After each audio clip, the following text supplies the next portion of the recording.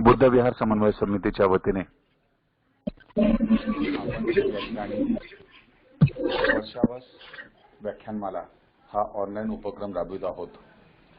आज 11वा दिवस आहे आणि आजच्या व्याख्यानासाठी धम्मदेशना देण्यासाठी या ठिकाणी उपस्थित झालेले आहेत वंदनीय भिक्खू विनय बोधी प्रिय नांदेड, धम्मचक्र प्रवर्तन सुत्त या अतिशय महत्वपूर्ण विषयावर भंते आपणास मार्गदर्शन करणार आहेत। बुद्ध विहार समन्वय समितीच्या विनंतीस मान देऊन वंदनीय भिक्खू विनय बोधी हे या ठिकाणी उपस्थित झाले।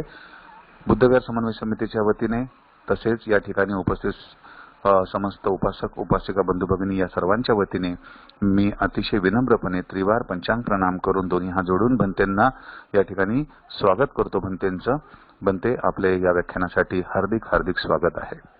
बुद्ध विहार समन्वय समितीचे सन्माननीय मुख्य संस्थापक संयोजक आदरणीय गुरुवर्य अशोक भाऊ सरस्वती बोधी हे देखील या ठिकाणी उपस्थित झालेले आहेत। आपणा सर्वांच्या वतीने मी आदरणीय अशोक भाऊ यांचं देखील मनापासून हार्दिक हार्दिक स्वागत करतो।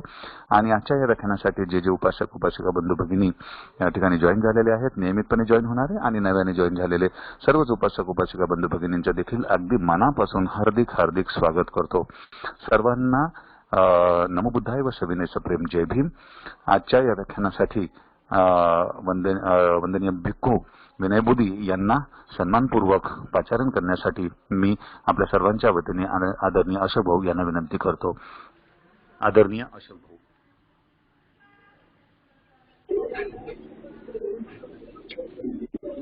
पठारे सर, ज्यांच्या काही अडचणी असतील ना, सूचना आवाज येत नाही वगैरे, त्याच्यावर लक्ष द्याल? हो हो हो भाऊ। महाकारुणिक तथागत सम्यक संबुद्ध बोधिसत्व परमपूज्य डॉक्टर बाबासाहेब आंबेडकर, सद्गुरू महात्मा ज्योतिबा फुले, कबीर महाराज गाडगे बाबा यांच्या पावन स्मृतींना मी आपणा सर्वांच्या वतीनं त्रिवार पंचांग प्रणाम करतो। आज ज्यांची देसना आपण ग्रहण करणार आहोत ते पूजनीय भिक्खू विनय बोधी प्रिय यांना पंचांग प्रणाम करतो। सर्वप्रथम पृथ्वीच्या पाठीवर जे बुद्धपुत्र बुद्धाच्या धम्माचा प्रसार करण्याकरिता भ्रमण करीत आहेत आणि अरहंत होण्यासाठी श्रम करीत आहेत, त्या सर्व बुद्धपुत्रांना आपल्या सर्वांच्या वतीनं मी क्षमा याचना करतो। म्हणते, आम्हा सर्वांकडून बुद्ध धम्म संघ या 3 रत्नांप्रती काही दोष घडला असेल तर आपण आम्हाला क्षमा करावी। या क्षमा याचनेनंतर मी त्यांना सर्वांना पंचांग प्रणाम करतो। या व्याख्यानाला, या देशनेला श्रोते म्हणून जे श्रद्धेने उपस्थित झालेले आहेत ते ज्येष्ठ आणि श्रेष्ठ अशा उपासक उपासिकांना मी वंदन करतो। माझ्या बरोबरीचे आणि माझ्यापेक्षा लहान त्या सर्वांना मी मैत्रीपूर्ण जय भीम करतो। या उपक्रमाचे मुख्य समन्वयक शील सदाचार संपन्न बंधुवत मित्र प्राध्यापक उमेशजी पाठारे आणि उपस्थित बंधू आणि भगिनी,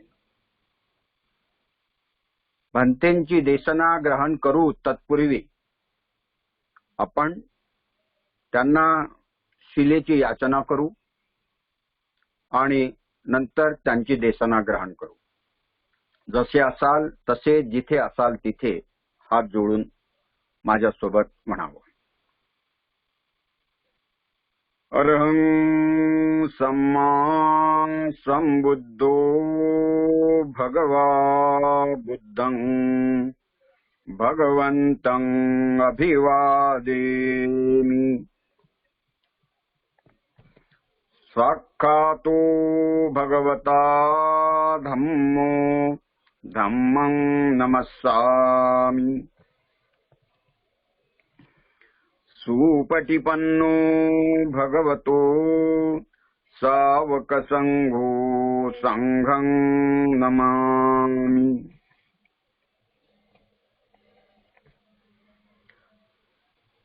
ओकास वन्दामि भन्ते द्वारत्तयेन मह्यं कत्तं सब्बं अपराधं क्षमतु मे भन्ते।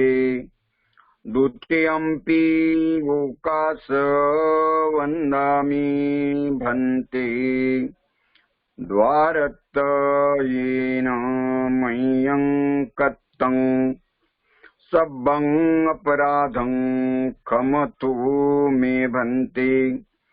तृतीयंपि ओकास वन्दामि भन्ते द्वारत्तयेन मह्यं कत्तं सब्बं अपराधं क्षमतु मे भन्ते। ओकास अहं भन्ते तिसरणेन सद्धिं पंचशीलं धम्मं याचामि अनुग्रहं कृत्वा शीलं देथ मे भन्ते। द्वितीयंपि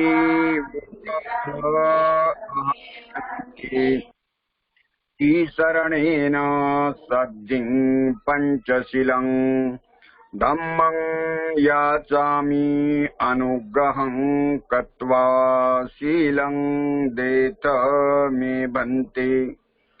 तृतीयंपि ओकास अहं भन्ते तिसरणेन सद्धिं पंचशीलं धम्मं याचामि अनुग्रहं कृत्वा शीलं देथ मे भन्ते। यमहं वदामि तं वदेथ। आम भन्ते। नमो तस्स भगवतो अरहतो सम्मा सम्बुद्धस्स। नमो तस्स भगवतो अरहतो सम्मा सम्बुद्धस्स।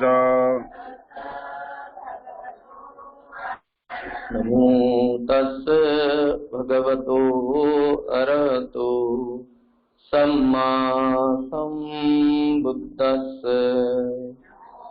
नमो तस्स भगवतो अरहतो सम्मा सम्बुद्धस्स। नमो तस्स भगवतो अरहतो सम्मा सम्बुद्धस्स। नमो तस्स भगवतो अरहतो सम्मा सम्बुद्धस्स। बुद्धं शरणं गच्छामि। बुद्धं शरणं गच्छामि। धम्मं शरणं गच्छामि। धम्मं शरणं गच्छामि। संघं शरणं गच्छामि। संघं शरणं गच्छामि। द्वितीयंपि बुद्धं शरणं गच्छामि। द्वितीयंपि बुद्धं शरणं गच्छामि। द्वितीयंपि धम्मं शरणं गच्छामि। द्वितीयंपि धम्मं शरणं गच्छामि। द्वितीयंपि संघं शरणं गच्छामि। द्वितीयम्पि संघं शरणं गच्छामि तृतीयम्पि बुद्धं शरणं गच्छामि तृतीयम्पि बुद्धं शरणं गच्छामि तृतीयम्पि धम्मं शरणं गच्छामि तृतीयम्पि धम्मं शरणं गच्छामि तृतीयम्पि संघं शरणं गच्छामि तृतीयम्पि संघं शरणं गच्छामि तिसरण शरणागमनं सम्पूर्णम् आमभन्ते पाणातिपाता वेरमणि सिक्खापदं समादियामि पाणातिपाता वीरमणि सिक्खापदं समादियामि अदिन्नादाना वेरमणि सिक्खापदं समादियामि अदिन्नादाना वीरमणि सिक्खापदं समादियामि कामेषु मिच्छाचारा वेरमणि सिक्खापदं समादियामि कामेषु मिच्छाचारा वीरमणि सिक्खापदं समादियामि मूसावादा वेरमणि सिक्खापदं समादियामि मूसावादा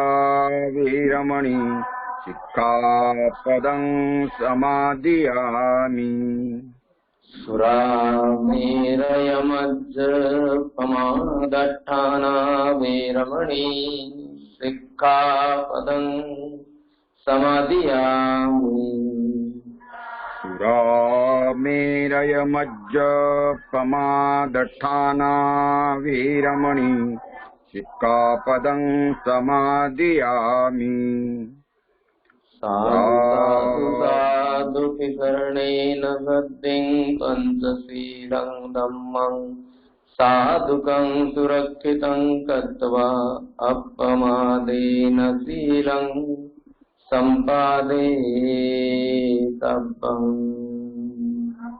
आमभन्ते साधु साधु साधु इमाय धम्मानुधम्मपटिपट्टिया बुद्धं पूजेमि इमाय धम्मानुधम्मपटिपट्टिया धम्मं पूजेमि इमाय धम्मानुधम्मपटिपट्टिया संघं पूजेमि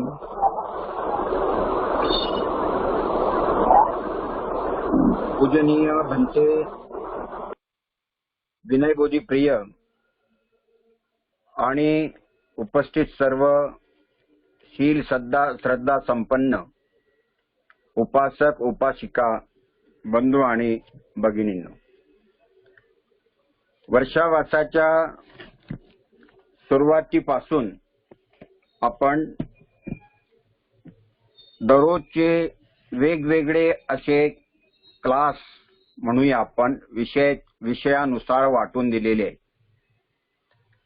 बुद्ध धम्माचं जे दर्शनशास्त्र आहे ती दार्शनिक बाजू दर सोमवारी पूजनीय भिक्खू विनयबोधी प्रिय याच्यावरती देसना देतील. आज मंगळवार आहे. काल काही कारणामुळं त्यांनी कालचा दिवस साळवे दादांना दिला आणि दोघांनी ऍडजस्टमेंट करून भंतीजी आज जॉईन झाले. साळवे दादा बाबासाहेबांची ग्रंथसंपदा यावरती त्यांचं व्याख्यान राहील आणि धम्मबोधी भंते हे सुत्तावरती त्यांची देसना राहील. कौंडण्य भंते हे धम्मपदावरती त्यांची देसना देतील आणि भंते यश कश्यपायन हे पाली साहित्यातील बुद्ध धम्म यावरती त्यांची देसना राहील. आणि उर्वरित 2 दिवस जे काही मिळतील त्याच्यामध्ये वेगवेगळे विद्वान उपासक त्यांच्यासाठी ते ठेवलेले आहे. भंतेजी आज किंवा याच्या आधी त्यांनी धम्मचक्र प्रवर्तन या सुत्तापासून सुरुवात केलेलं आहे आणि त्याच्या पुढची कडी ते प्रत्येक त्यांना दिलेल्या दिवशी ते व्यक्त मांडणार आहे, त्यांच्यावरती देसना देणार आहेत. फक्त एक विनंती अशी करेल की धम्म हा अगाध आहे, अफाट आहे, त्याच्यासाठी जेवढा वेळ आहे तो कमीच पडतो. तरी भंतेजींना मी विनंती करेल की आपल्या या श्रोत्यांमध्ये अनेक लोक असे आहेत की ज्यांना आजार आहेत, विशेषतः डायबिटीजचे आजार आहेत. तर त्यामुळं आपण फार झालं तर त्यांना 8:30 नंतर 10-15 मिनिट जास्त तात्काळ ठेवू शकतो. तर भंतेजींनी 8:30 नंतर 10-15 मिनिटांनी किंवा 8:45 वाजेपर्यंत दर सोमवारी ती देसना द्यावी अशी मी अत्यंत नम्रपणे त्यांना विनंती करेल. चुकीबद्दल क्षमा प्रार्थना करेल. आज आपल्या सर्वांच्या वतीनं मी पूजनीय भिक्खू विनय बोधी प्रिय यांना दोन्ही हात जोडून याचना करतो की भंते आपण आमच्यावरती अनुकंपा करावी आणि देसना देऊन आम्हाला उपकृत करावं. वंदनीय भिक्खू विनय बोधी प्रिय.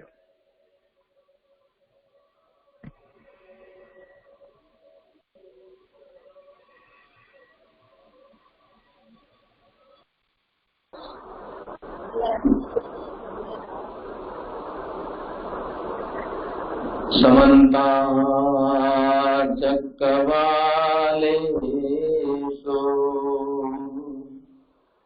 अत्रा गच्छन्तु देवता सद्धम्मं मुनिराजस्य शृण्वन्तु सद्गमुखदम् धम्म श्रवण कालो अयं वदन्ता धम्म श्रवण कालो अयं वदन्ता धम्म श्रवण कालो अयं वदन्ताति.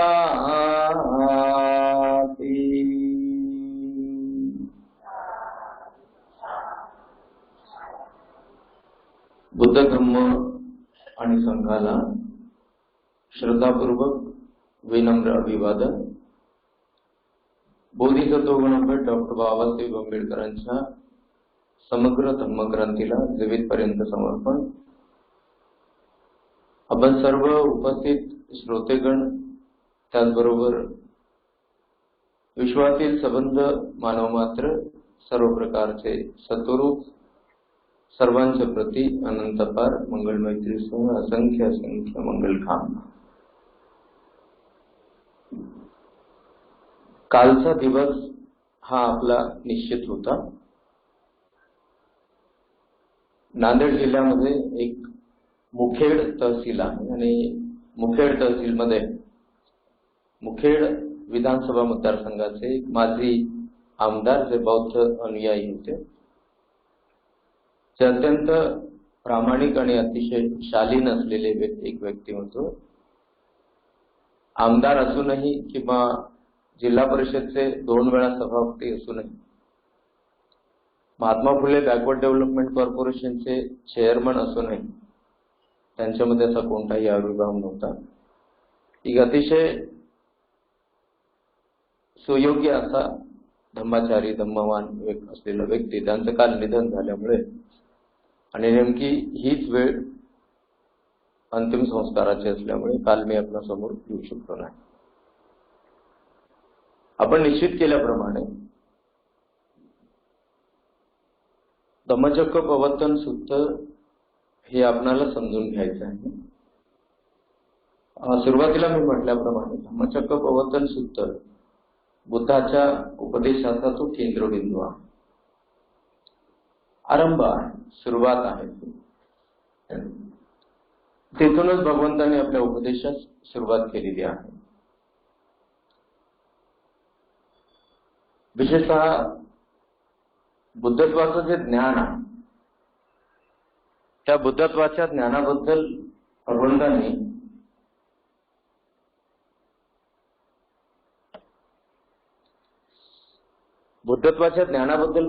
जे वर्णन केलेलं आहे आणि ते संपूर्ण आपल्याला या धम्मचक्र प्रवर्तनाच्या तथागतांच्या प्रथम उपदेशाच्या रूपामध्ये पूर्णपणे कळेल की हे बुद्धत्व आहे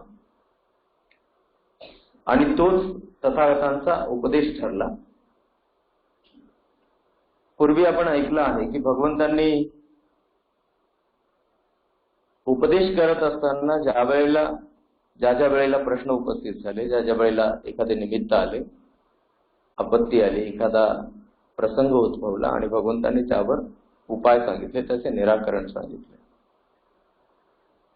5 परिव्राजकांनी भगवंतांना जेव्हा प्रश्न केला की हे श्रमणा, जे ज्ञान प्राप्त करण्यासाठी तू ही कठोर तपश्चर्या करीत होता ते ज्ञान तुला प्राप्त झाले की काय, त्यांच्या प्रश्नाचे उत्तर देत असताना भगवंतांनी त्यांना हे सांगितले आणि तो तथागतांचा उपदेश ठरला. पूर्वी आपण पाहिले की जे श्रेष्ठ सत्य आहे भगवंतांनी त्या चतुरार्य सत्याचा त्यामध्ये उल्लेख केलेला आहे. दुःख, दुःख समुदय, दुःख निरोध, दुःख निरोधाकडे नेणारा मार्ग. दुःखाची व्याख्या आपण पाहिली, जन्मापासून आजारपण, म्हातारपण, आणि मृत्यू, प्रियजनांचा विरह, अप्रियजनांचा सहवास, मनातील इच्छा पूर्ण न होणे आणि संक्षेपात 5 उपादान स्कंध हे दुःख आहे. दुःखाच्या समुदायाबद्दल आपण जाणले, कामतृष्णा, भवतृष्णा, विभवतृष्णा हे सर्व प्रकारचे दुःख निर्माण करणारे आहे. दुःखाच्या निरोधाबद्दलही आपण जाणले की जे काही दुःख असेल त्याचे निवारण करण्याचा मार्ग आहे. आणि मग तो मार्ग कोणता, तर भगवंतांनी म्हटले की हा मध्यम मार्ग आहे, आर्य अष्टांगिक मार्ग आहे. या आर्य अष्टांगिक मार्गाबद्दल भगवंतांनी जे वर्णन केले की हाच दुःख निरोधाकडे नेणारा मार्ग आहे. अगदी सरळ उदाहरणाने आपणाला लक्षात येईल की हा मार्ग कसा आहे. तर भगवंतांनी या श्रेष्ठ सत्याला दुसऱ्या प्रकारे वर्णन केले की भिक्खूंनो, हा मार्ग भावना करण्यास योग्य आहे. केवळ भावना करण्यास हा मार्ग आहे म्हणून दुःख निवारण करता येणार नाही.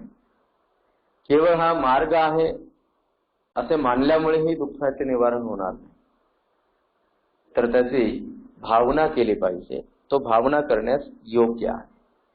हा मार्ग आहे आणि हा मार्ग भावना करण्यास योग्य आहे. केवळ भावना करण्यास योग्य आहे म्हणूनही दुःखाचे निवारण होणार नाही, तर भगवंतांनी म्हटले भिक्खूंनो, या 4थ्या श्रेष्ठ सत्याला भगवंतांनी वर्णन केले की भिक्खूंनो, हा मार्ग आहे, भावना करण्यास योग्य आहे आणि मी त्या प्रकारे भावना केली. भावना केली शील, समाधी आणि प्रज्ञेच्या रूपात या आर्य अष्टांगिक मार्गाला, या श्रेष्ठ अशा 8 अंगांनी युक्त असलेल्या मार्गाला या 3 मूल सिद्धांतामध्ये वर्गीकृत केले आणि त्याचे विभाजन केले. या 8 अंगापैकी जे पहिले 2 अंग आहेत, सम्यक दृष्टी आणि सम्यक संकल्प, हे प्रज्ञा या सिद्धांताचे अंग आहे. त्यानंतरचे पुढील असणारे 3 अंग आहेत, सम्यक वाचा, सम्यक कर्मांत आणि सम्यक आजीविका, शील सिद्धांताचे ते अंग आहेत. आणि शेवटचे जे 3 अंग आहेत, सम्यक व्यायाम, सम्यक स्मृती आणि सम्यक समाधी, हे समाधी या सिद्धांताचे अंग आहे. भगवंतांनी वर्णन केले भिक्खूंनो, या 4 श्रेष्ठ सत्यांना प्रत्येक एका सत्याला तिहेरी स्वरूपात असे 12 प्रकारे जाणले. हे 12 प्रकारे जाणत असताना बोधिचक्षूंनी पाहिले, ज्ञानदृष्टीने पाहिले, या सृष्टीमध्ये संपूर्ण लोकात देव आणि मनुष्यासहित, मारासहित, ब्रह्मा आणि ब्राह्मणासहित, श्रमणासहित असा कोणीही इथे नाही की ज्याने या श्रेष्ठ सत्याला जाणले असेल. पूर्वी आपण ऐकले, उभय अननसुते सुधम्मेस. कोणीही हे ज्ञान अवगत केले नाही, कुणालाही या ज्ञानाचा लाभ झाला नाही, कोणीही कुणाच्या द्वारे ते ऐकले नाही. अननुसते सुधम्मेस. कोणी जर ऐकलेच नाही तर अर्थात कोणी सांगितलेच नाही. आणि प्रथम अभिसंबोधी पच्चन्यास. अभि म्हणजे प्रथम, आणि भिक्खूंनो, प्रथम ही दृष्टी मला लाभली आणि ती दृष्टी मला संबुद्धीचे ज्ञानदर्शन करून देणारी ठरली.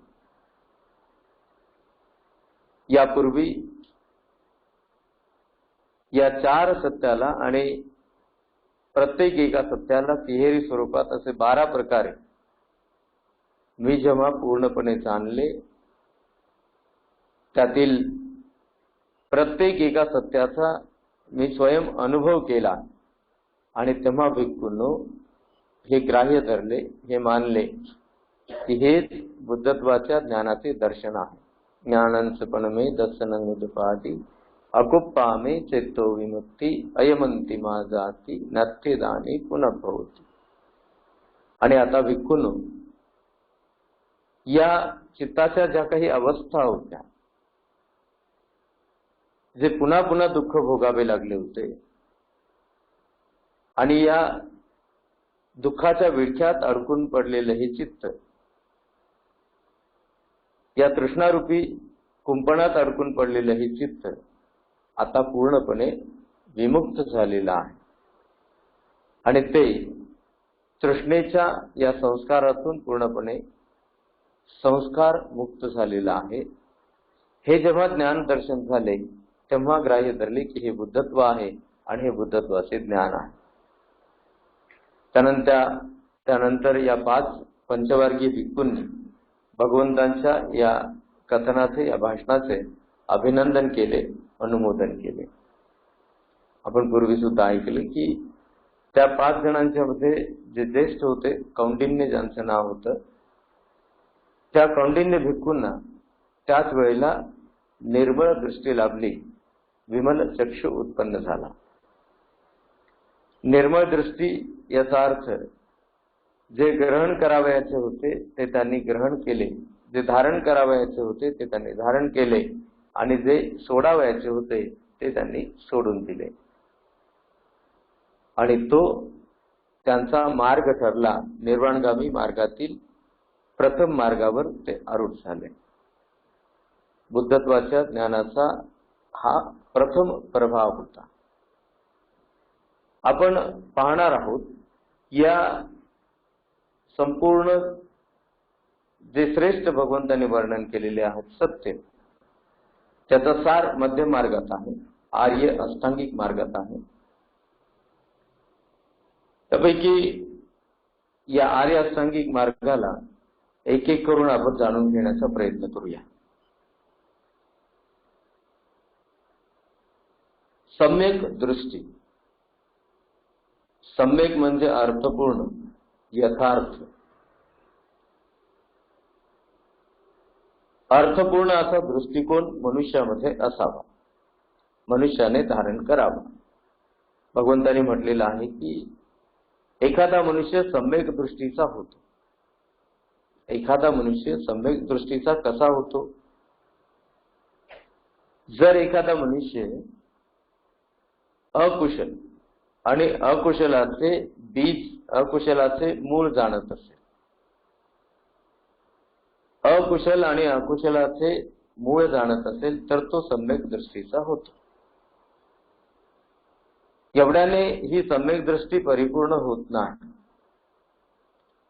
त्याप्रमाणे अकुशल आणि अकुशलाचे बीज जाणल्याने सम्यक दृष्टीच्या मार्गावर सम्यक दृष्टीचा अंगीकार करतो. त्याचप्रमाणे त्याबरोबर जे कुशल आहे आणि कुशलाचे जे मूळ आहे, कुशलाचे जे बीज आहे, हे जेव्हा एखादा मनुष्य जाणतो तेव्हा तो सम्यक दृष्टीचा होतो.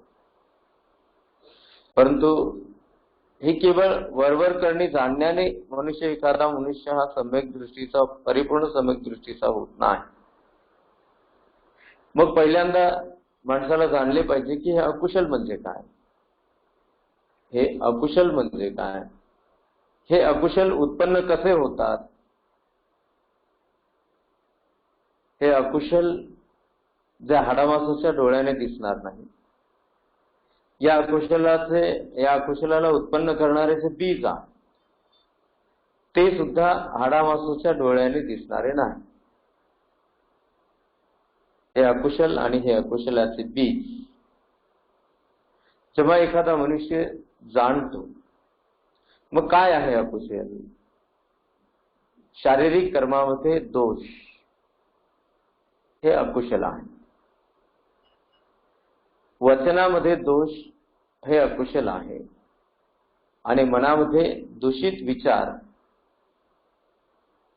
हे अकुशल आहे. असे जेव्हा एखादा मनुष्य जाणतो की हे अकुशल आहे, तर या अकुशलाचे बीज कोणते असावे? हे अकुशल उत्पन्न कसे होतात? आश्रमांच्या कारणाने हे अकुशल उत्पन्न होतात. मन मलिन होण्याने हे अकुशल उत्पन्न होतात. आश्रम, मनाचे मळ, लोभदृष्टी, मोहदृष्टी, मिथ्यादृष्टी, ईर्ष्यादृष्टी, द्वेषदृष्टी, क्रोधदृष्टी, स्वार्थदृष्टी, अहंकार दृष्टी आणि सूड बुद्धी असणारी दृष्टी. या दृष्टीला बळी पडलेला मनुष्य किंवा या दृष्टीमध्ये अडकून पडलेला मनुष्य हा अकुशलाकडे वळतो आणि मग त्याच्याद्वारे शारीरिक, वाचिक आणि मानसिक हे अकुशल घडत असतात. लोभाच्या कारणाने, मोहाच्या कारणाने घडणारे अकुशल, जसे चौर्य कर्म, चोरी करणे,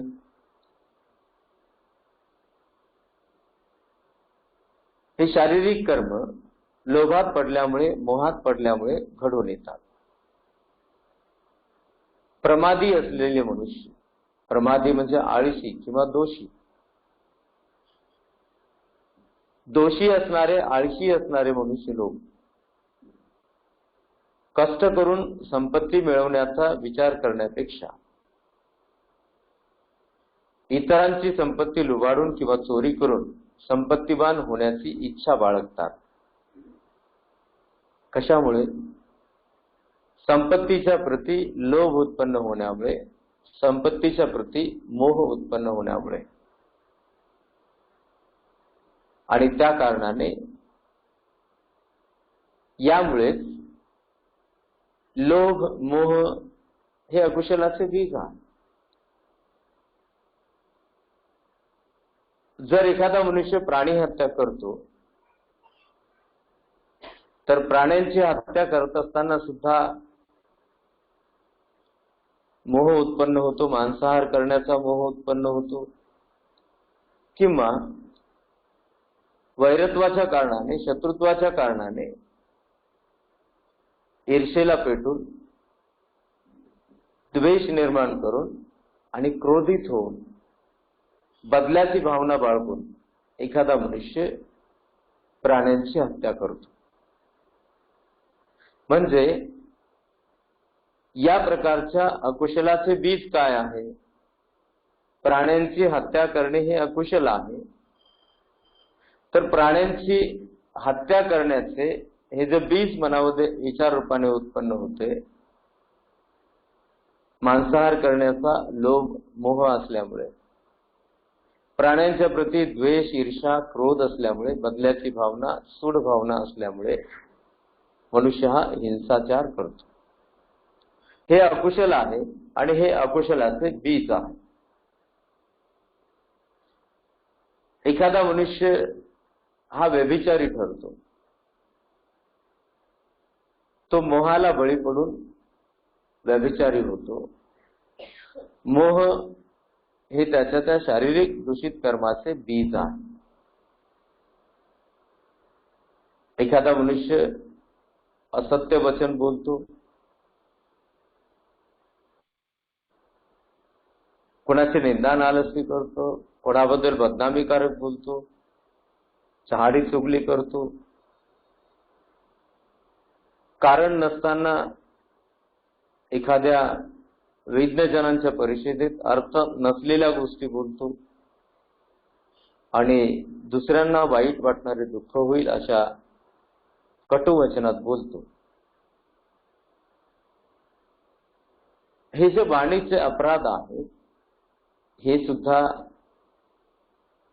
मन मलिन होण्याच्या कारणाने घडून येतात. आणि मग मन मलिन कसे होते? हे जे आश्रव आहेत, हे मनाला मलिन करीत असतात. एखादा मनुष्य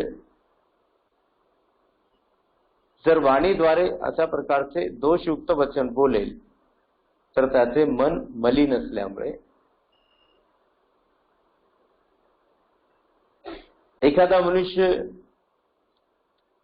मनामध्ये अन्य प्राणी मात्रांच्या प्रती दूषित विचार करेल, कोणाच्या अहिताचा विचार करेल, कोणाचे कोणत्या ना कोणत्या स्वरूपात नुकसान करण्याचा विचार करेल, तर मात्र केवळ त्याचे मन मलिन असल्यामुळे. आणि मग जे जे काही अकुशल होतात, घडून येतात, शारीरिक असतील, वाचिक असतील किंवा मनातील विचारात असतील, तर ते मात्र आश्रवांच्या कारणाने उत्पन्न होतात. आश्रवांच्या कारणाने उत्पन्न होतात. दान, शील, भावना हा मार्ग आहे आश्रवांना नष्ट करण्यासाठी, आश्रवांचा क्षय करण्यासाठी. दान, शील, भावना या मार्गाचे अवलंबन करत असताना मनुष्य मात्रांनी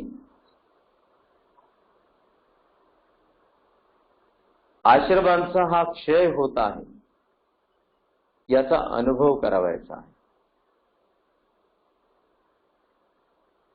कंजूषपणा मनाचा मळ आहे. इतरांचे दुःख पाहणे मनाचा मळ आहे. आणि एकूणच जे हे अकुशल आहेत, जे हे अकुशलाला उत्पन्न करणारे त्याचे असणारे बीज आहेत, असे जेव्हा एखादा मनुष्य जाणतो, तर तो मनुष्य या आश्रमांच्या परिणामाने जे दुःख उत्पन्न होतात, शारीरिक, वाचिक आणि मानसिक कर्माद्वारे त्याला दूर करण्यासाठी संकल्प करतो, तरच तो मनुष्य हा सम्यक दृष्टीच्या मार्गावर आरूढ होतो. एवढ्याने ही सम्यक दृष्टी परिपूर्ण ठरत नाही. केवळ एवढ्यानेच ही सम्यक दृष्टी परिपूर्ण ठरत नाही, तर एखादा मनुष्य याद्वारे मार्ग अवलंब करण्याचा प्रयत्न करतो.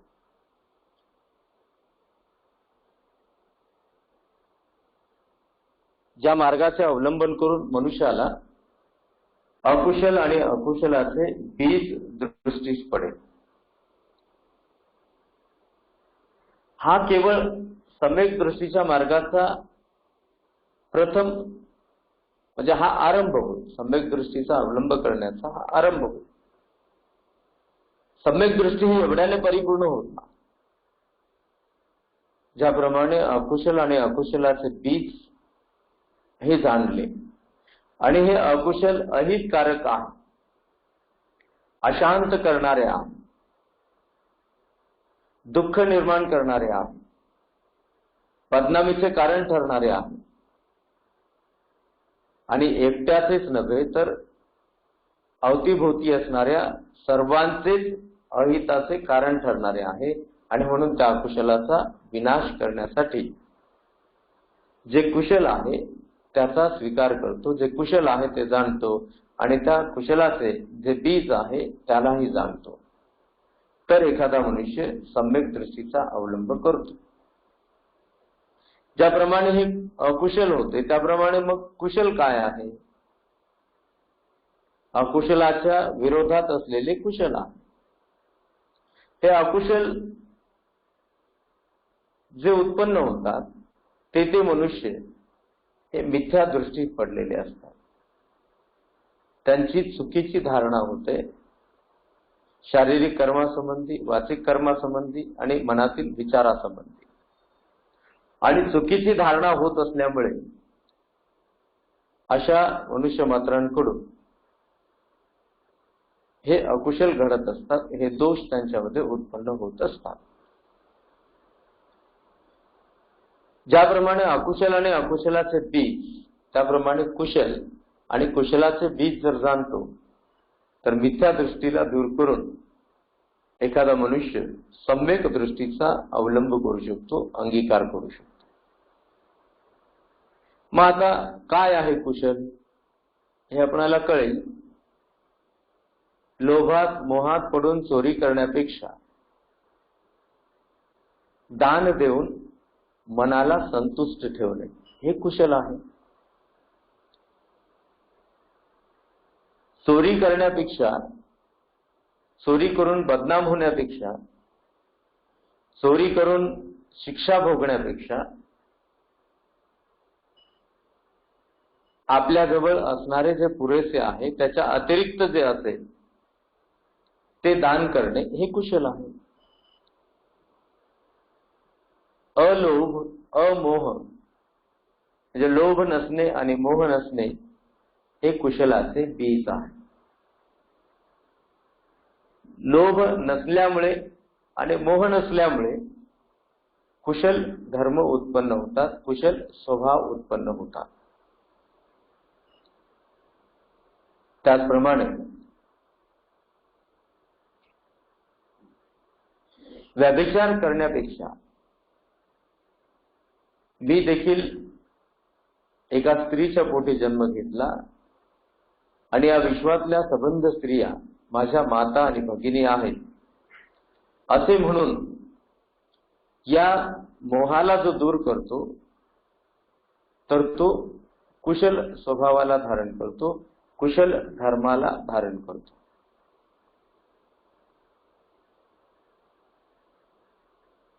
मद्यपान करून बेधुंद होण्यापेक्षा मद्यपान करणे हे अकुशल आहे आणि या अकुशलाचे परिणाम स्वतःच्या शरीरावर होतात, आर्थिकतेवर होतात, बदनामीचे ते कारण ठरते.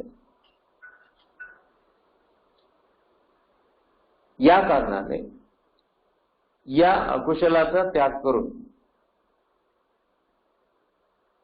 जर कुशल धर्म धारण केले तर याचाच अर्थ मनाला बेधुंद करणाऱ्या कोणत्याही पदार्थाचे, वस्तूचे अथवा विचारांचे सेवन न करणे हे कुशल आहे. हे अकुशल आणि अकुशलाचे बीज जाणून, हे कुशल आणि कुशलाचे बीज जाणून एखादा मनुष्य हा मिथ्या दृष्टीला जर दूर करतो तर तो सम्यक दृष्टीच्या मार्गावर आरूढ होतो. याच कारणाने हे जे अकुशल आहेत, या अकुशलाच्या कारणानेच मनुष्य हा पुन्हा पुन्हा जे शाश्वत दुःख आहे, जे श्रेष्ठ सत्य आहे, हे दुःख आहे ते तो भोगत असतो. संखिप्तेन पंचोपादान खंदा दुःख, भगवंताने म्हटलेलं आहे की जे जे काही म्हणून दुःख आहेत, संक्षेपात जे उपादान आहे ते हे दुःख निर्माण करतात. आणि हे उपादान अकुशलाच्या दुष्परिणामाला न जाणणाऱ्याचे हे वाढत जातात, ते पुन्हा पुन्हा उपादानात पडतात. या शरीरातील जे 5 प्रमुख इंद्रिय आहेत, चक्षुरेंद्रिय, घ्राणेंद्रिय, श्रोत्रेंद्रिय, रसेंद्रिय, स्पर्शेंद्रिय, या कारणाने केवळ हे सर्व प्रकारचे दुःख उत्पन्न होतात. आणि ते दुःख मनुष्य हा धरून ठेवतो, तो धरून ठेवतो. त्याने मला मारले, त्याने माझे चोरले, याप्रमाणे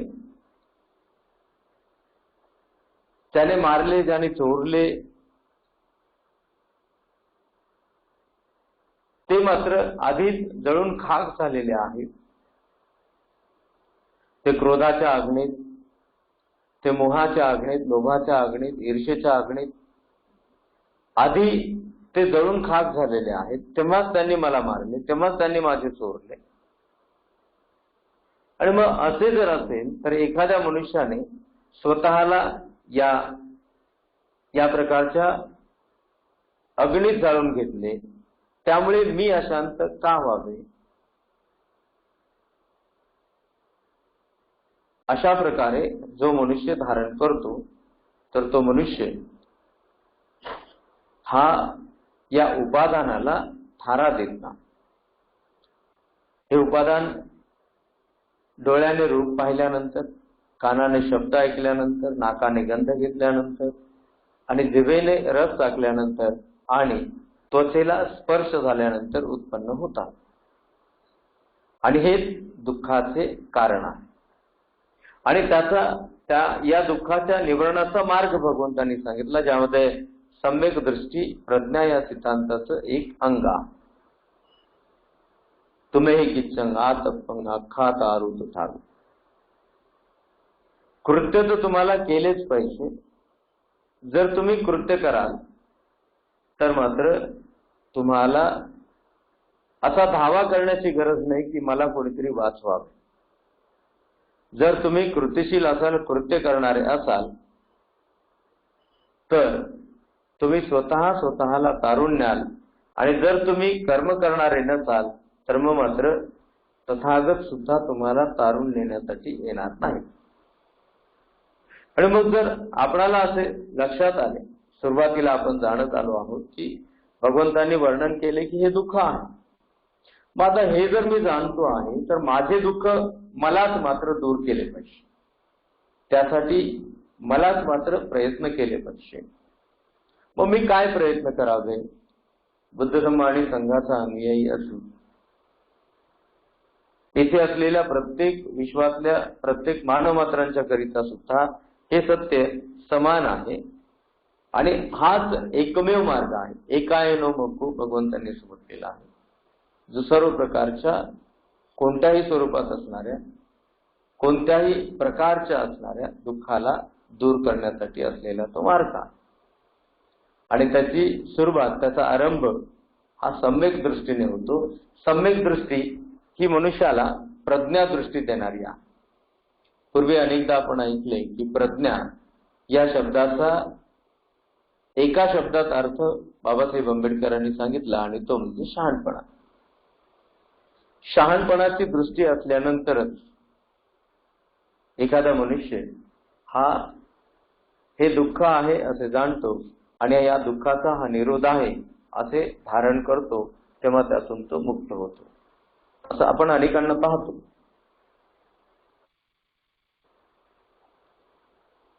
अनेकांना आपण पाहतो की चोरी करणे हे दुष्कृत्य आहे आणि चोरी करणे या कर्मातून अनेक प्रकारचे दुःख भोगावे लागतात. चोरी करणाऱ्या मनुष्याची बदनामी होते, चोरी करणाऱ्या मनुष्याला मारहाण केले जाते, चोरी करणाऱ्या मनुष्याला शिक्षा भोगावी लागते. या कारणाने शारीरिक आणि मानसिक अस्वस्थता त्या मनुष्यामध्ये निर्माण होते.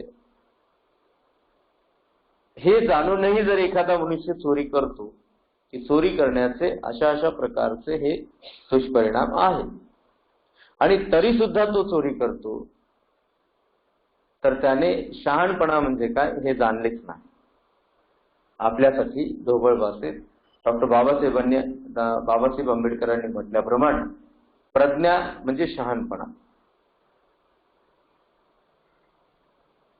ज्या मनुष्याच्या अंगी शहाणपणा असेल, ज्याला हे कळेल की मी जेव्हा चोरी केली तेव्हा मला शिक्षा भोगावी लागली, मी जेव्हा चोरी केली तेव्हा मला मारहाण झाली, मी जेव्हा चोरी केली तेव्हा माझी बदनामी झाली. आता हे सर्व आपल्याला सोडले पाहिजे, जेणेकरून यापुढे आपली बदनामी होणार नाही, कोणी मारहाण करणार नाही आणि कोणत्याही प्रकारची शिक्षा भोगावी लागणार नाही. हा विचार म्हणजे कुशल विचार आहे. हा विचार म्हणजे कुशल विचार आहे आणि हा कुशल विचार जेव्हा एखाद्या मनुष्याच्या मनात उत्पन्न होतो, तर मात्र तो शहाणपणाचा अंगीकार करतो असा त्याचा अर्थ होतो. आणि शहाणपणा म्हणजे प्रज्ञा. प्रज्ञा म्हणजे सम्यक दृष्टी. सम्यक म्हणजे अर्थपूर्ण आणि यथार्थ असलेला दृष्टिकोन. हा यथार्थ दृष्टिकोन धारण करूनच मिथ्या दृष्टीला एखादा मनुष्य दूर करू शकतो. मिथ्या दृष्टी. पुन्हा दुसऱ्या अर्थाने बुद्धत्व प्राप्त केल्यानंतर भगवंतांनी हजारो वेळा, असंख्य वेळा याबद्दल उल्लेख केला की मिथ्यादृष्टी, एखादा मनुष्य मिथ्या दृष्टीमध्ये पडतो. कर्मकांडावर विश्वास ठेवतो तेव्हा तो मनुष्य मिथ्या दृष्टीचा होतो, त्याची ती चुकीची धारणा असते. दैववादावर विश्वास करतो तेव्हा ती त्या मनुष्याची मिथ्या दृष्टी आहे. स्वतःवरचा विश्वास कमी करून स्वतःचा विश्वास गमावून बसतो आणि अदृश्य असलेल्या दैवावर, काल्पनिक शक्तीवर जर विसंबून राहतो, तर ती त्या मनुष्याची चुकीची धारणा आहे, ती त्याची मिथ्या दृष्टी आहे. पुन्हा कर्मकांड करून शारीरिक, आर्थिक आणि मानसिक झीज करून घेतो, तर कर्मकांड करण्याची दृष्टी ही त्या मनुष्याची मिथ्या दृष्टी आहे, ही त्याची चुकीची धारणा आहे. काल्पनिक शक्तीवर विश्वास ठेवणे ही मनुष्याची चुकीची धारणा आहे, ती मिथ्या दृष्टी आहे. पारतंत्र्यात जगणे ही मनुष्याची चुकीची धारणा आहे, ती मिथ्या दृष्टी आहे. मग सम्यक दृष्टी काय असेल? स्वतःवर विश्वास ठेवून, कष्ट आणि परिश्रम करून, आपण केलेल्या कर्मावर विश्वास ठेवून जो मनुष्य जीवनाचरण चालवितो, तर तो सम्यक दृष्टीचा असतो. अर्थपूर्ण दृष्टिकोन त्याच्या जगण्यामध्ये असतो. दैववाद, चमत्कार किंवा ज्या काही काल्पनिक शक्ती असतात, त्या काल्पनिक शक्तीमुळे मला पारतंत्र्यात जावे लागेल आणि मला तर स्वतंत्रपणे जीवन जगावायचे आहे, असे ठरवून एखादा मनुष्य पारतंत्र्यात टाकणाऱ्या, पारतंत्र्यामध्ये पाडणाऱ्या या मिथ्या दृष्टीचा त्याग करतो आणि अर्थपूर्ण दृष्टी धारण करतो, तेव्हा बुद्ध धम्म आणि संघाला शरण जातो. बुद्धत्वाचा पूर्णपणे इतिहास आहे. बुद्ध काही अवतार नाहीत, बुद्ध काही हवेतून जन्माला आले नाहीत, झाडातून किंवा जमिनीतून जन्माला आले नाही, तर बुद्ध हे एक मनुष्य म्हणून जन्माला आलेले आहे. आणि या सत्याचे अनेक पुरावे या विश्वामध्ये आहेत. बुद्धत्व म्हणजे अद्भुत शक्ती नाही, बुद्धत्व म्हणजे काल्पनिक शक्ती नाही. बुद्धत्वाचे ज्ञान जे काल्पनिक शक्ती नसून बुद्धत्व हे परिश्रमातून धारण केलेले मार्ग आहेत.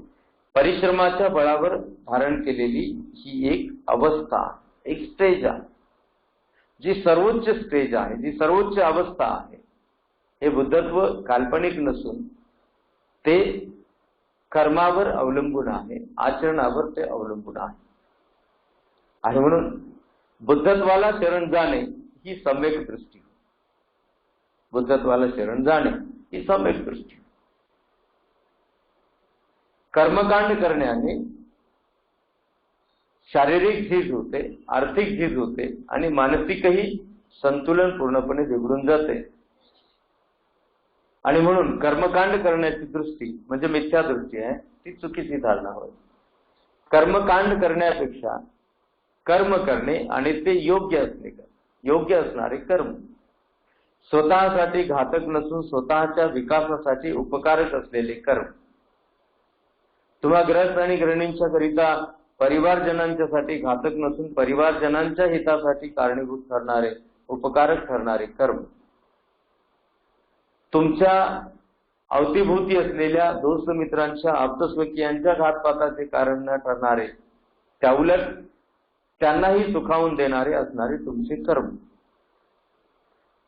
अन्य परिचित आणि अपरिचित मानव मात्रांच्या अहिताचे न ठरणारे परंतु त्यांच्यासाठी हितकारक ठरणारे कर्म, मानव मात्रांच्या साठीच नव्हे तर पशु पक्षी प्राणी मात्र जीवजंतू आणि सत्वरूप या सर्वांच्या करिता हितकारक ठरणारे कर्म,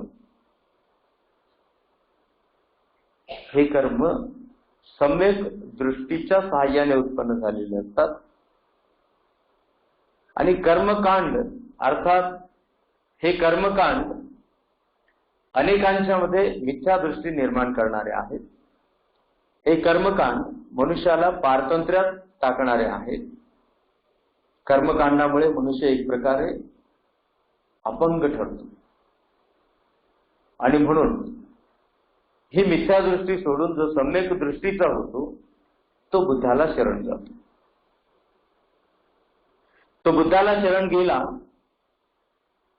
म्हणून बुद्धाने जो शाश्वत सत्य, नीतिमत्तेवर आधारित असलेला, आचरणावर आधारित असलेला, वैचारिक शुद्धीवर आधारित असलेला, व्यावहारिक विशुद्धीवर आधारित असलेला जो उपदेश केला, जो धम्म बुद्धांनी सांगितला, आपसुकच बुद्धाला शरण गेलेला मनुष्य हा धम्मालाही शरण जातो.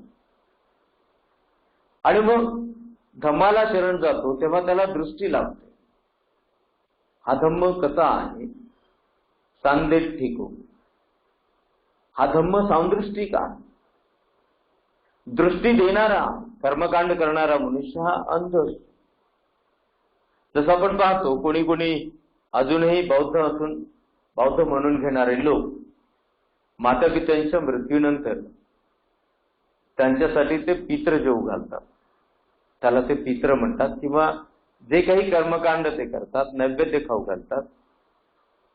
असे असणारे अधिकांश लोक जिवंत असणाऱ्या मातापित्यांना मात्र ते खायला प्यायला देत नाही. आणि ही त्यांची मिथ्या दृष्टी आहे. मिथ्या दृष्टीमुळे मनुष्य हा कधीही सन्मानित होऊ शकत नाही. मिथ्या दृष्टीचा मनुष्य हा कधीही प्रतिष्ठित होऊ शकत नाही. मिथ्या दृष्टीचा मनुष्य हा कधीही शांत असू शकत नाही, सुखी असू शकत नाही, समाधानी असू शकत नाही. कारण चुकीची धारणा धारण करण्यासाठी त्या मनुष्याला त्याच प्रकारचे चिंतन करावे लागते, त्याच प्रकारचे विचार करावे लागते. आणि असा मनुष्य हा सातत्याने तेच विचार करत असतो ज्या विचारातून त्याच्यामध्ये चुकीची धारणाच उत्पन्न होत असते. पण जी सम्यक दृष्टी ज्या मनुष्यामध्ये असेल तो माता पित्यांच्या हयातीत त्यांची सेवा करेल, त्यांचे भरण पोषण करेल, त्यांचा मान सन्मान करेल आणि त्यांच्या मृत्यूनंतर हे अशा प्रकारचे कर्मकांड करण्यापेक्षा माता पित्यांचे जे पुण्यकर्म, जे कुशल कर्म आहेत त्याला तो विकसित करेल, स्वतः त्यातून सुखाचा अनुभव करेल, स्वतः त्यातून सुख भोगेल आणि अन्य जणांना सुद्धा ते सुख वितरित करेल. ही मनुष्याची सम्यक दृष्टी आहे. थोडक्यात सम्यक दृष्टीचा अर्थ अर्थपूर्ण कर्म करण्याची दृष्टी आणि मिथ्या दृष्टीचा अर्थ अनर्थकारी कर्म करण्याची दृष्टी. आणि मग यावरून आपल्याला लक्षात आले असावे की मिथ्या दृष्टी ही मनुष्याला अधोगतीकडे नेणारी आहे, सम्यक दृष्टी ही मनुष्याला प्रगतीकडे नेणारी आहे. सम्यक दृष्टीचा हा अर्थ त्याही पलीकडे फार विस्तारित आहे. आणि मग ही सम्यक दृष्टी जर आपल्याला समूहामध्ये रुजवायची आहे, समाजामध्ये मानव मात्रांच्या मध्ये जर आपल्याला रुजवायचे असेल तर सम्यक दृष्टीचा अवलंब मी माझ्यापासून केला पाहिजे असे आपणाला प्रत्येकाला वाटावे. मग ही सम्यक दृष्टी काय आहे ही शिकवण 2006 वर्षापूर्वी भगवंतांनी दिली. ती ग्रंथात आहे, परंतु प्रॅक्टिकली ग्रंथ वाचल्यानंतर प्रॅक्टिकली ते कर्म करणे हे एवढे सोपे नाही किंवा ते अशक्य आहे. आणि मग बुद्धाला आणि धम्माला शरण गेलेला तो मनुष्य हा संघालाही शरण जातो, कारण संघ दृष्टीमुळे संघच मला ही दृष्टी उत्पन्न करून देणारा आहे. आणि हे आजकाल नाही तर तथागतांच्या हयातीपासून, तथागतांच्या काळापासून. इथेच नाही तर संपूर्ण विश्वभर जे बुद्धाला धम्माला शरण गेले ते संघाला शरण जातात. डॉक्टर बाबासाहेब आंबेडकरांनी म्हटलेलं आहे की बुद्धाच्या सिद्धांताला, तथागतांच्या सिद्धांताला सोपेपणाने जाणावायचे असेल तर बाबासाहेब आंबेडकर असं सांगतात, बुद्ध धम्म आणि संघाची शरण ही सम्यक दृष्टीची शरण आहे, ही सम्यक शरण आहे. आणि मग बुद्धाला धम्माला आणि संघाला शरण जाणे ही सुद्धा सम्यक दृष्टी. बुद्ध धम्माच्या आणि संघाच्या अतिरिक्त काल्पनिक शक्तीला शरण जाणे म्हणजे सुद्धा ही मिथ्या दृष्टी. आणि मिथ्या दृष्टी मनुष्याला ही दुःखात पाडणारी आहे, सम्यक दृष्टी मनुष्याला दुःखातून बाहेर काढणारी आहे. त्याला प्रज्ञा असं म्हटलेलं आहे. प्रज्ञा म्हणजे ज्ञान, पण हे ज्ञान पुस्तकातील नाही किंवा कोणी सांगितलेले शब्दाचे ज्ञान नाही. याला नॉलेज म्हणता येणार नाही. प्रज्ञा म्हणजे नॉलेज नाही, प्रज्ञा म्हणजे विजडम. विजडम म्हणजे आपल्या स्वतःच्या अनुभूतीने धारण केलेले ज्ञान म्हणजे प्रज्ञा. आणि ही प्रज्ञा मनुष्याला दुःखमुक्तीकडे नेते. प्रज्ञा हे ज्ञान आहे, प्रज्ञा हा मार्ग आहे. आणि या मार्गाचा अवलंब करून एखादा मनुष्य आज सम्यक दृष्टीचा होऊ शकतो. जे जे काही सम्यक दृष्टीच्या बाबतीत संक्षेपामध्ये या थोड्या वेळामध्ये आपण ऐकत आला आहात त्याला पुन्हा पुन्हा चिंतन करून आपल्या अवतीभोवती जे आपले स्वभाव आहे, जे आपले जगणे आहे, या जगण्यातल्या प्रत्येक गोष्टीला जर पाहण्याचा प्रयत्न केला तर सम्यक दृष्टीचा विकास होऊ शकतो. सम्यक दृष्टीचा विकास होऊ शकतो. आणि जी मिथ्या धारणा आहे, जी चुकीची धारणा आहे, ज्यामुळे अशांती निर्माण होते, तर ती अशांती निर्माण करणारी जी चुकीची धारणा आहे मनुष्य त्यापासून परावृत्त होऊ शकतो. सम्यक दृष्टी म्हणजे प्रज्ञा. प्रज्ञा या सिद्धांताचे दुसरे अंग आहे आणि ते म्हणजे सम्यक संकल्प. सम्यक संकल्प, सम्यक म्हणजे अर्थपूर्ण, संकल्प म्हणजे निश्चय.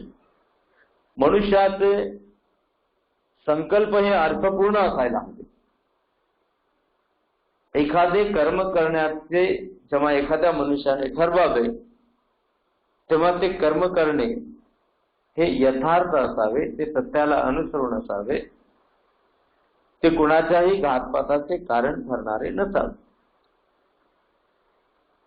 मग जर इतरांच्या घातपाताचे कारण ठरणारे नसावेत तर माझ्याही घातपाताचे कारण त्यामुळे होऊ नये. आणि मग सम्यक संकल्पाच्या आधारे एखादा मनुष्य हा विकसित मार्गाने वाटचाल करू शकतो. मिथ्या संकल्प आपणाला आरंभिक स्थितीमध्ये जाणता येईल की स्वतःच्या घातपाताचे कारण ठरणारे संकल्प म्हणजे मनामध्ये जे काही आपण ठरवितो. व्यक्तिगत एखाद्या मनुष्याने जर एखादा ठराव घेतला आणि त्याला ठाऊक आहे की तो ठराव त्याने जो विचार केला तो आता अंमलात आणणार आहे. कारण मनुष्यामध्ये जो मी हे सर्वस्व आहे तर या सर्वस्वाला सोडण्यात अधिकांश लोक तयार नाही. आणि मग त्याला असे वाटायला लागते की मी हे ठरविले, हा माझा निर्णय आहे. अनेक जण तर अज्ञानाच्या कारणाने अविद्येच्या कारणाने बोलून दाखवतात झाले नुकसान तर माझेच होईल कारण मीच ठरविलेले आहे आणि हाच माझा निर्णय आहे. जेव्हा की त्याला हे ठाऊक आहे की या निर्णय घेण्याने आपले अहित होणार आहे.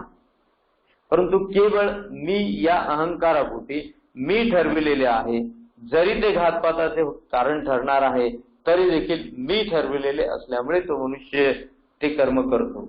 आणि अशा प्रकारचे निश्चय, अशा प्रकारचे संकल्प म्हणजे मिथ्या संकल्प. हे मिथ्या संकल्प मनुष्याला अधोगतीकडेच नेणारे आहे. मिथ्या संकल्प हे कसे घडून येतात? उतावीळ स्वभाव असलेल्या लोकांचे संकल्प असतात. संकल्पाबद्दल त्यांची धारणा ही मिथ्या धारणा असते, चुकीची धारणा असते. आळशी असणाऱ्या लोकांचे संकल्प हे मिथ्या संकल्प असतात. उद्योगहीन असणारे जे लोक असतात त्या उद्योगहीन असणाऱ्या लोकांचे संकल्प हे मिथ्या संकल्प असतात. ज्याचे मन मलिन आहे, जो आश्रमात लिप्त झालेला आहे, त्याचेही संकल्प हे मिथ्या संकल्प असतात. आणि हे सर्व मिथ्या संकल्प त्या मनुष्याच्या घातपाताचे कारण ठरतात. त्याच्याबरोबर त्याच्या परिवारजनांच्या घातपाताचे कारण ठरतात. आप्त स्वकीयांच्या, दोस्त मित्रांच्या, शेजाऱ्या पाजाऱ्यांच्या, परिचित आणि अपरिचितांच्या, जवळच्या आणि दूरच्या असणाऱ्या मनुष्य मात्रांच्या घातपाताचे कारण ठरतात. मनुष्य मात्रांचेच नव्हे तर सूक्ष्म, मध्यम आणि स्थूल असलेल्या, दृश्य आणि अदृश्य असलेल्या संबंध पशु, पक्षी, प्राणीमात्र, जीव आणि जंतू यांच्याही घातपाताचे ते संकल्प ठरत असतात. आणि असे संकल्प म्हणजे मिथ्या संकल्प.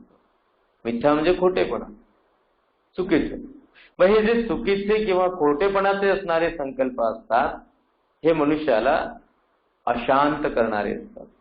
ज्यामुळे मनुष्य अशांत होतो ते संकल्प म्हणजे मिथ्या संकल्प.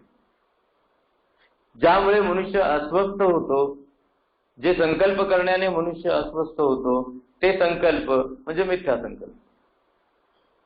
जे संकल्प करण्याने मनुष्याला अधोगतीकडे जावे लागते, मनुष्य हा अधोगतीकडे जातो ते संकल्प म्हणजे मिथ्या संकल्प.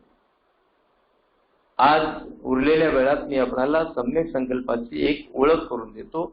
या पुढील जेव्हा वेळ असेल त्यावेळेला त्याला सविस्तर जाणून घेण्याचा आपण प्रयत्न करू.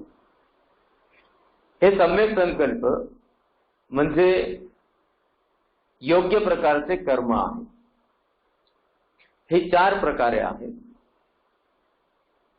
हे सम्यक संकल्प 4 प्रकाराने आहेत. इथे विश्वामध्ये, समूहामध्ये, मनुष्य मात्रांच्या मध्ये जीवन जगणारा कोणीही मनुष्य हा केवळ एकटा राहू शकत नाही. तो समूहातच राहतो आणि समूहात असेल तरच तो मनुष्य आहे. अन्यथा जे पशु असतात ते सुद्धा समूहानेच राहत असतात. समूहात असताना एखादा मनुष्य आपल्या स्वतःच्या आचरणाला आणि बाह्य स्वरूपी समूहामध्ये असलेले जे आचरण त्याला दृष्टीस पडते तेव्हा या दोन्ही आचरणाचे संस्कार रूपी या संस्काराचे परीक्षण करतो. आधी स्वतःचे परीक्षण करतो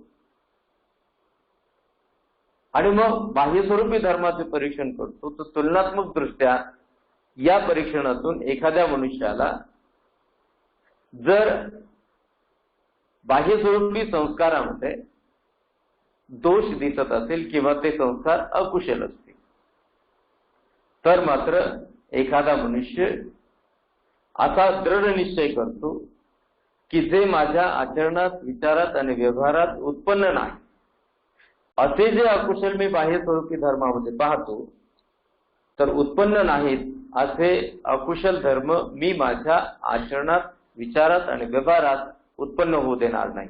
आणि अशा प्रकारचा निश्चय करतो, अशा प्रकारचा संकल्प करतो, तर तो सम्यक संकल्प ठरतो. म्हणजे उत्पन्न नसणाऱ्या अकुशलाला उत्पन्न होऊ देत नाही, तर तो मनुष्याचा सम्यक आणि अर्थपूर्ण असा संकल्प ठरतो. पुन्हा जर बाह्यस्वरूपी धर्मामध्ये, बाह्यस्वरूपी स्वभावामध्ये आणि स्वतःच्या आचरणिक स्वभावामध्ये, वैचारिक आणि व्यावहारिक स्वभावामध्ये, धर्मामध्ये परीक्षण केले असता जर एखाद्या मनुष्याला असे दृष्टीस पडले की जे माझ्या आचरणात दोष आहे, हे बाह्यस्वरूपी विश्वामध्ये नाही, जे माझ्या विचारात दोष आहेत ते बाह्यस्वरूपी विश्वामध्ये नाही, जे माझ्या व्यवहारात दोष आहेत ते बाह्यस्वरूपी विश्वामध्ये नाही. आणि मग परीक्षण केल्यानंतर जेव्हा एखाद्या मनुष्याच्या दृष्टीस पडेल की हे माझ्या आचरणातील दोष आहेत, विचारातील आणि व्यवहारातील दोष आहेत, तेव्हा तो मनुष्य अगदी तत्परतेनं जेव्हा जेव्हा दृष्टीस पडतील तेव्हा तेव्हा त्या उत्पन्न असलेल्या अकुशलाला नष्ट करतो, तर तो त्याचा दृढ निश्चय ठरतो, सम्यक संकल्प ठरतो. म्हणजे उत्पन्न नसलेल्या अकुशलाला उत्पन्न न होऊ देणे हा सम्यक संकल्प होय, आणि उत्पन्न असलेल्या अकुशलाला नष्ट करणे हा सम्यक संकल्प. पुन्हा एखादा मनुष्य जाणतो बाह्यस्वरूपी धर्मामध्ये आणि आपल्या स्वतःच्या धर्मामध्ये, धर्म म्हणजे स्वभाव, की एखादा संस्कार कुशल संस्कार आहे, जो बाह्यस्वरूपी धर्मामध्ये दृष्टीस पडतो, जो आपल्या आचरणात नाही, जो आपल्या विचारात नाही, जो आपल्या व्यवहारात नाही. आणि मग जो हा कुशल संस्कार आहे असे जेव्हा गृहीत धरतो किंवा असे जेव्हा त्याला त्याच्या सम्यक दृष्टीच्या साहाय्याने दृष्टीस पडेल की हा संस्कार कुशल आहे, परंतु तो आपल्या आचरणात नाही, आपल्या विचारात नाही, आपल्या व्यवहारात नाही, तेव्हा एखादा मनुष्य उत्पन्न नसलेल्या कुशल धर्माला उत्पन्न करतो. पहिला सम्यक संकल्प होता उत्पन्न नसलेल्या अकुशल धर्माला उत्पन्न न होऊ देणे. दुसरा सम्यक संकल्प होता उत्पन्न असलेल्या अकुशल धर्माला नष्ट करणे. तिसरा सम्यक संकल्प म्हणजे उत्पन्न नसलेल्या कुशल धर्माला उत्पन्न करणे. उत्पन्न नसलेल्या कुशल धर्माला उत्पन्न करणे. आणि चौथा सम्यक संकल्प म्हणजे उत्पन्न असलेल्या कुशल धर्माला विकसित करणे. उत्पन्न असलेल्या कुशल धर्माला विकसित करणे हे चार प्रकारचे संकल्प म्हणजे सम्यक संकल्प होत, आणि हे योग्य प्रकारचे कर्म होत जे मनुष्याला विकासाकडे नेणारे आहेत. आपण भगवंतांचा जो प्रथम उपदेश शब्दशः अर्थाने जाणून घेतला त्याचा हा थोडासा विस्तारित अर्थ जो आपण यातून जाणून घेणार आहात, समजून घेणार आहात. जे तुम्ही ऐकत आहात, जे जाणून घेत आहात, समजून घेत आहात, त्याच्याही पलीकडे त्याचे ज्ञान आहे किंवा त्याचा अर्थ आहे, आणि तो मात्र तुम्हाला स्वतःला, श्रोत्यांना, तुम्हाला स्वतःला तुमच्या बुद्धीला कामी लावून चिंतनशील राहून जे या पुढचे अर्थ आहेत ते तुम्हाला स्वतःला तुमच्या आचरणातून शोधावायचे आहेत, तुमच्या विचारातून शोधावायचे आहेत, तुमच्या व्यवहारातून ते शोधावायचे आहेत. असे जर तुम्ही शोधले, आणि हे तुम्ही शोधलेच पाहिजे, याप्रमाणे जर शोधण्याचा तुम्ही प्रयत्न केला तर मग मात्र तथागतांचा मार्ग हा खरोखरीच दुःखमुक्तीचा मार्ग आहे असे तुम्हाला पटेल. आणि हे या विश्वातल्या प्रत्येक माणसाला पटावे, आणि प्रत्येक मनुष्य मात्र, या विश्वातील प्रत्येक मानव मात्र हे सर्व प्रकारच्या दुःखातून मुक्त व्हावेत अशा प्रकारची मंगल भावना त्रिरत्नानुभावे तुम्हा संपूर्ण श्रोत्यांच्या प्रती, विश्वातील तमाम मानव मात्रांच्या प्रती, सर्व प्रकारच्या सत्वरूपांच्या प्रती सर्वांचे मंगल हो, सर्वांचे कल्याण हो, सर्वांचे जय मंगल हो.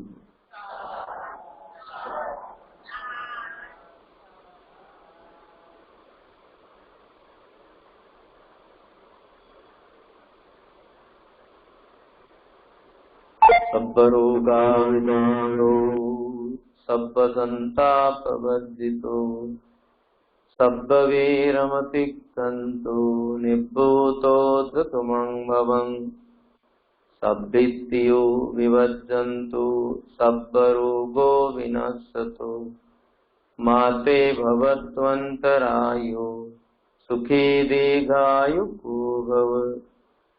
भवतु सर्वमङ्गलं रक्षन्तु सर्वदेवता सर्वबुद्धानुभावेन सदा स्वस्ति भवन्तु ते.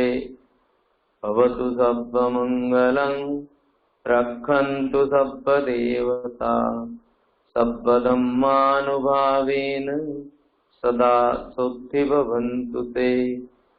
भवतु सर्वमङ्गलं रक्षन्तु सर्वदेवता सर्वसङ्घानुभावेन सदा स्वस्ति भवन्तु ते.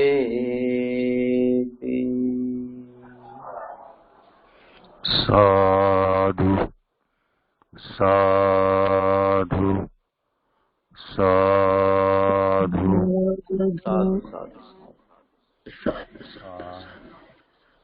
वंदनीय भिक्खू विनय बोधिप्रिय यांनी आज अतिशय उपयुक्त अशी प्रभावी अशी घोषणा या ठिकाणी दिलेली आहे. भंते बुद्धविहार समन्वय समितीच्या विनंतीस मान देऊन या ठिकाणी उपस्थित राहिलात आणि आम्हाला धम्मदेशना देऊन उपकृत केले. आम्ही त्रिवार पंचांग प्रणाम करून आपले ऋण व्यक्त करतो, आपल्या ऋणात राहू इच्छितो.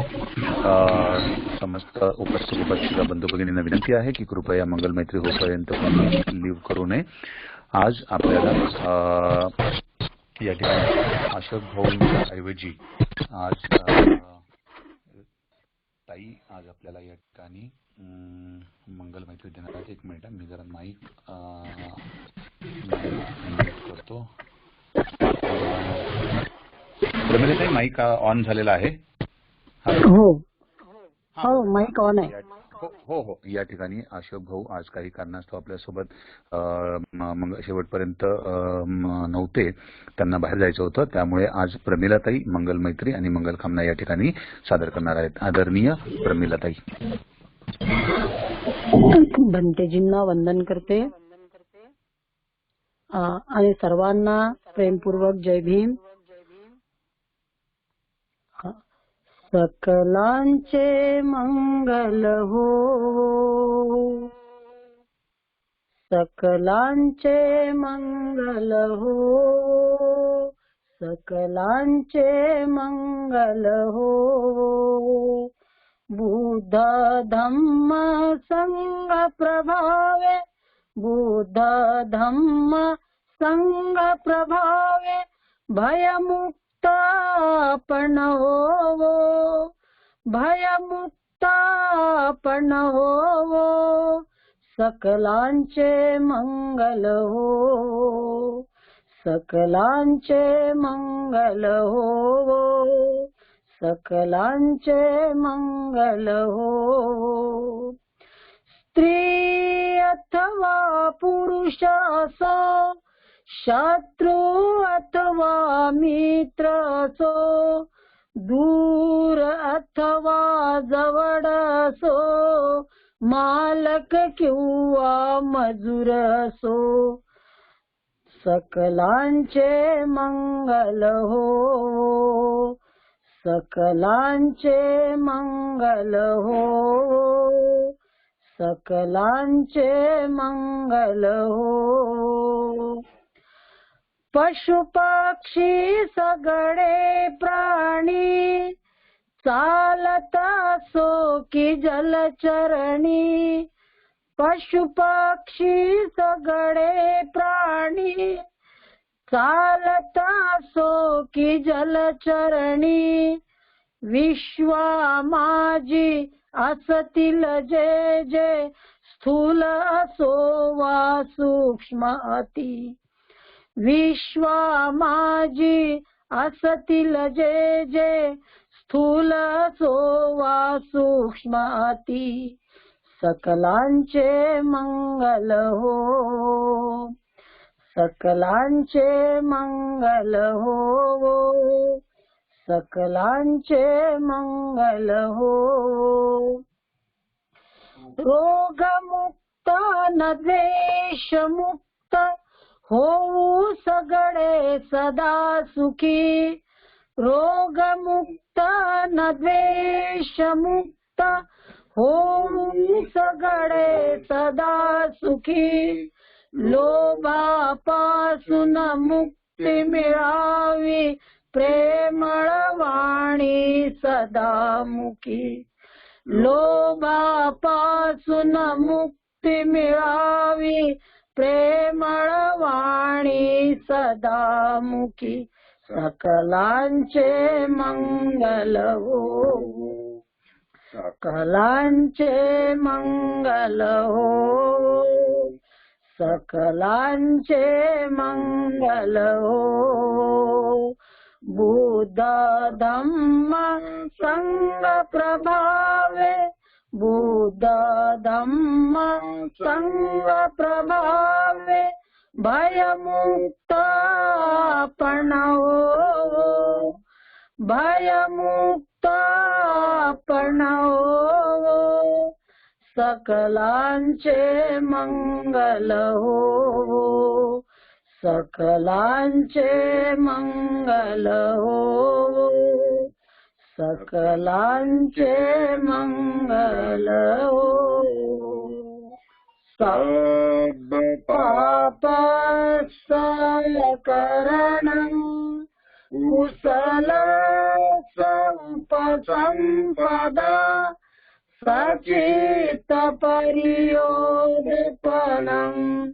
एतं बुद्धान शासनं धम्मं चरे सुचरितं नतं दुचरितं चरे धम्मचारी सुखं सेति अस्मिन् लोके परं च न तावता धम्मधरो यावता बहुभासति यो च पम्पि सुत्वानं धम्मं तायेन पश्यति सवे धम्मधरो होति यो धम्मं अपमाजति नास्ति मे शरणं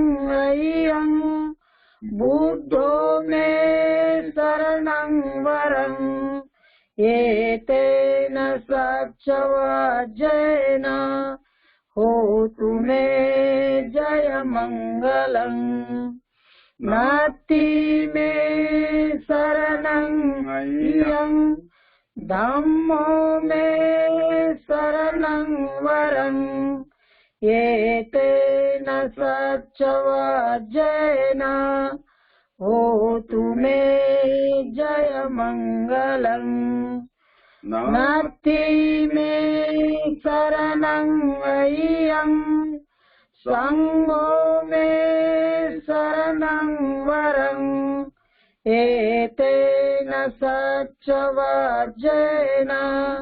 होतु मे जयमङ्गलम् नमो बुद्धाय नमो धम्माय नमो संघाय साधु साधु साधु इमाय धम्मानुधम्म पटिपत्या बुद्धं पूजेमि इमाय धम्मानुधम्म पटिपत्तिया धम्मं पूजयामि इमाय धम्मानुधम्म पटिपत्तिया संघं पूजयामि।